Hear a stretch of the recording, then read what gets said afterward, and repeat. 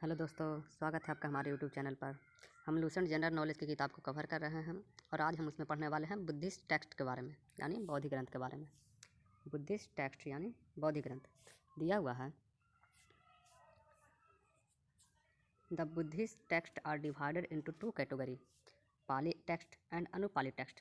कह रहा है कि बौद्धिक ग्रंथ को दो भागों में रखा गया है, पाली ग्रंथ और अनुपाली ग्रंथ। आगे दिया हुआ है among Pali text Tripitaka, Dipavamsa and Mahavamsa, Milinda Panho ETC are important text. कह रहा है कि पाली टेक्स्ट में त्रिपिटक, दीपवंसा और महावंसा और मिलिंद पन्हो सबसे महत्वपूर्ण ग्रंथ हैं। कह रहा है कि पाली ग्रंथ में त्रिपिटक, दीपवंस और महावंश, मिलिंद पन्हो सबसे महत्वपूर्ण ग्रंथ हैं। The Tripitaka is the earliest and the most important text among Pali text. कह रहा है कि त्रिपिटक जो है वो सबसे पुराना और सबसे महत्वपूर्ण ग्रंथ है पाली ग्रंथ में। ठीक है, आगे दिया हुआ है the Tripitaka comprise Vinaya Pitaka, Sutta Pitaka and Abhidhamma Pitaka. कह रहा है कि त्रिपिटक में 3 ग्रंथ आते हैं, विनय पिटक, सूत पिटक और अभिधम पिटक। क्या है, तो त्रिपिटक में 3 ग्रंथ आते हैं, विनय पिटक, सूत पिटक और अभिधम पिटक। आगे दिया हुआ है the Vinaya Pitaka and the Sutta Pitaka are compiled in first Buddhist council held in Rajgir Bihar, while the Abhidhamma Pitaka in third Buddhist council held in Pataliputra. कह रहा है कि विनय पिटक और सूत पिटक जो है, जो विनय पिटक और सूत पिटक जो है ना, उसकी रचना हुई थी प्रथम बौद्ध संगीति के दौरान। ठीक है, अब प्रथम बौद्ध संगीति हुई थी 483 ईसा पूर्व राजगीर में, बिहार के राजगीर में। और आगे दिया हुआ है अभिधम पिटक की जो रचना हुई थी वो तीसरी बौद्ध संगीति के दौरान हुई थी, और तीसरी बौद्ध संगीति हुई थी 250 ईसा पूर्व पाटलिपुत्रा बिहार में। दिया हुआ है the Tripitaka throws light on social and religious life of India of that time. कह रहा है कि त्रिपिटक जो है उस समय के भारत के सामाजिक और धार्मिक जीवन पर प्रकाश डालता है। आगे दिया हुआ है the Vinaya Pitaka contains disciplinary rule and regulation for leading a monastic life. कह रहा है कि विनय पिटक में बौद्ध भिक्षु जीने के लिए जो नियम कानून जो है ना, उसी के बारे में वर्णन किया हुआ है। बौद्ध भिक्षु के जीवन जीने के लिए रूल और रेगुलेशन के बारे में चर्चा किया हुआ है विनय पिटक में। The Sutta Pitaka is the largest and the most important text among Tripitaka. कह रहा है कि त्रिपिटक में सूत पिटक जो है वो सबसे लंबा और सबसे महत्वपूर्ण ग्रंथ है। त्रिपिटक में सूत पिटक सबसे लंबा और सबसे महत्वपूर्ण ग्रंथ है। दिया हुआ है the अम्बथा Suta of Digha Nikaya of Sutta Pitaka contains the description of the special pride of Kshatriya for blood purity.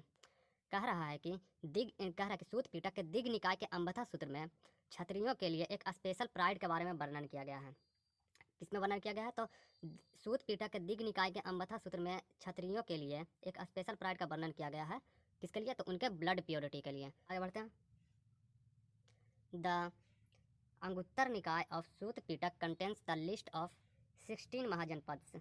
कह रहा है कि सूत पिटक के अंगुत्तर निकाय में 16 महाजनपदों का उल्लेख मिलता है।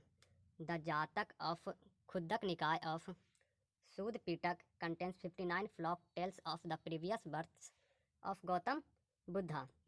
कह रहा है कि सूत पिटक के खुद्दक निकाय के जातक में बौद्ध के पिछले 549 जन्मों के बारे में वर्णन मिलता है।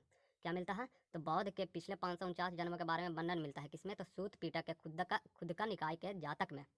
आगे बढ़ते हैं the compilation of the Jataka had been begun in first century BC।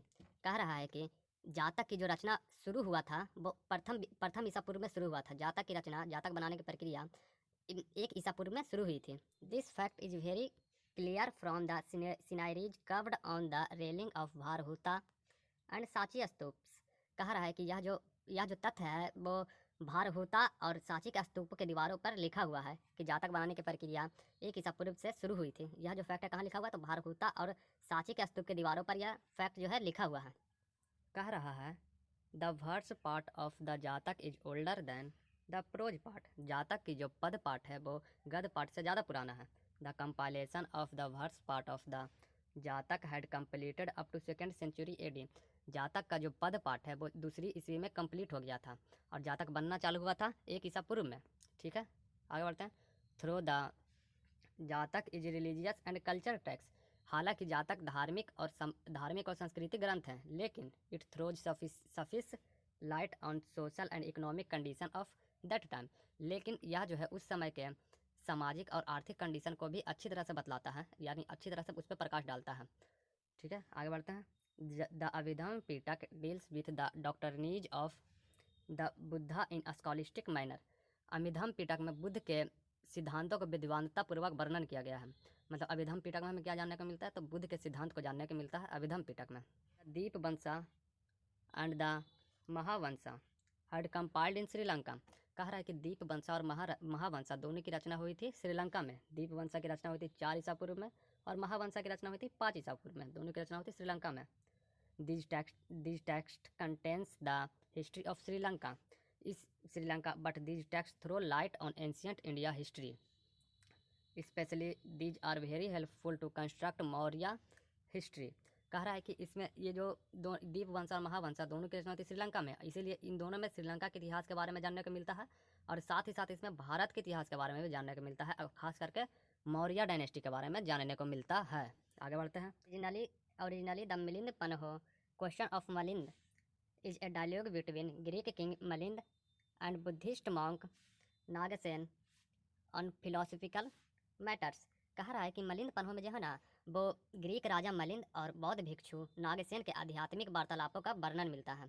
ठीक है, मलिंद पन्हो का अर्थ होता है क्वेश्चन ऑफ मलिंद। मलिंद पन्हो का अर्थ दिया हुआ है यहाँ पे क्वेश्चन ऑफ मलिंद, और ग्रीक राजा मलिंद को आइडेंटिफाई किया गया है मीनाडर के रूप में, द इंडो ग्रीक रूरल, और बौद्ध भिक्षु नागसेन को आइडेंटिफाई किया गया है नागार्जुन के रूप में। मतलब कि मलिंद पन्हो पुस्तक को आइडेंटिफाई किया गया है क्वेश्चन ऑफ मलिंद के रूप में, और इसमें जो है मीनाडर और नागसेन के वार्तालापों के आध्यात्मिक वार्तालाप के बारे में वर्णन मिलता है। लेकिन but this throws sufficient light on religious social and economic life of north west India of first and second century. लेकिन इसके साथ साथ इसमें उस समय के उत्तर पश्चिम भारत के सामाजिक और आर्थिक कंडीशन के बारे में भी चर्चा मिलता है। The political condition of that time is mentioned originally in it, और इसमें उस समय के भारत के राजनीतिक कंडीशन के बारे में भी चर्चा मिलता है। The foreign trade off India is lively described in it, और इसमें उस समय का भारत के विदेशी व्यापार के बारे में भी चर्चा मिलता है। तो मिलिंद पन्हो में हमें क्या क्या जानने को मिलता है? मिलिंद पन्हो में राजा मीनाडर और बौद्ध भिक्षु नागसेन के आध्यात्मिक वार्तालाप के बारे में जानने को मिलता है। उस समय के भारत के धार्मिक और सामाजिक और पॉलिटिकल कंडीशन के बारे में जानने को मिलता है, और उस समय भारत के विदेशी व्यापार के बारे में भी जानने को मिलता है। आगे बढ़ते हैं। Among अनुपालित text the Divyavadana, the Aryamanju Sri Mulakalpa, the Lalita Sagar etc are important text. कह रहा है कि अनुपालित टेक्स्ट में दिव्य वंदन, आर्यमंजू श्री मुल्कप्य और ललित सागर सबसे महत्वपूर्ण ग्रंथ हैं अनुपालित टेक्स्ट में। ठीक है, दिया हुआ है, कह रहा है the Divyavadana contains the story of later Maurya king Pushyamitra Shunga and life of Gautama Buddha. कह रहा है कि दिव्य वंदन में हमें मौर्य के बाद के राजाओं के बारे में और शुंग किंग पुष्यमित्र शुंग के राजाओं के बारे में जानने को मिलता है, और इसके साथ ही साथ गौतम बुद्ध के जीवन के बारे में भी जानने को मिलता है।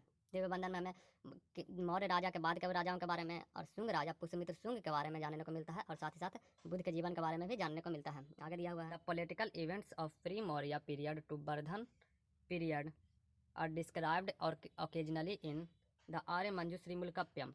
कह रहा है कि आर्यमंजू श्री मुल्कप्यम में हमें प्री मौर्य के पहले और वर्धन मौर्य के पहले और वर्धन पीरियड मौर्य के पहले और वर्धन पीरियड तक के राजनीतिक घटनाओं के बारे में जानने को मिलता है हमें आर्यमंजू श्री मुल्कप्यम में। ललित विस्तार contains the act of Gautama Buddha along with religious and social condition of that time.